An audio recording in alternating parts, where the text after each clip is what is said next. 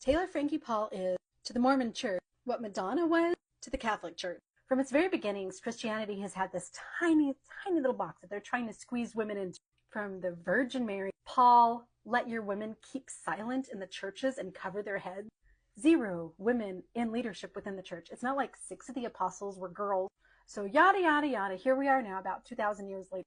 In that little box of virginal submission and childbearing has never expanded. And for young women especially, we really only had 2 options. Either be the perfect church girl, the wife, the mom, the modest little homemaker, or go out there and be a crazy, raging cat lady, women's lib, lesbian, and get an abortion.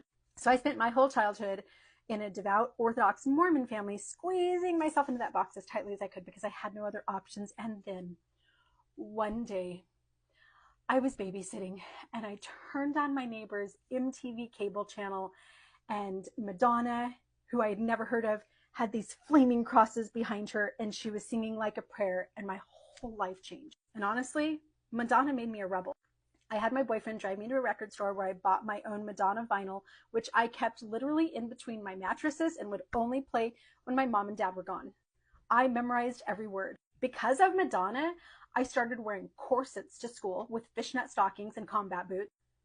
I dropped the sleeves on my Mormon prom dress because of Madonna.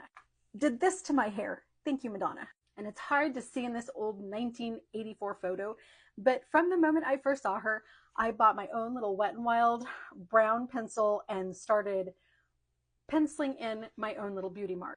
Here's what Madonna did for me.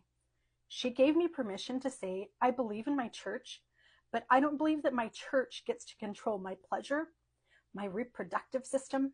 I don't believe that my church controls my shoulders, my hair, what kind of tights I wear. And I was no longer willing to cover my moles up for my church. I was still rocking that Madonna look, by the way, when I went to BYU, Idaho in 1992. My professors were not thrilled, but more than the look, I don't think that they were thrilled by the Madonna attitude.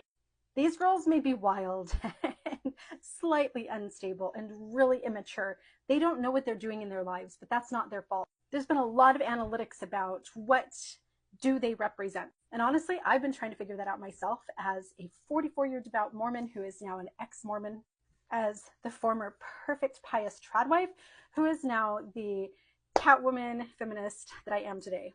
From the first Taylor Frankie Paul video that I ever saw, I've wondered to myself, what does she mean to me? And if I'm being honest, Taylor is my hero. She is yet another young woman caught in the cogs of a very powerful, very controlling and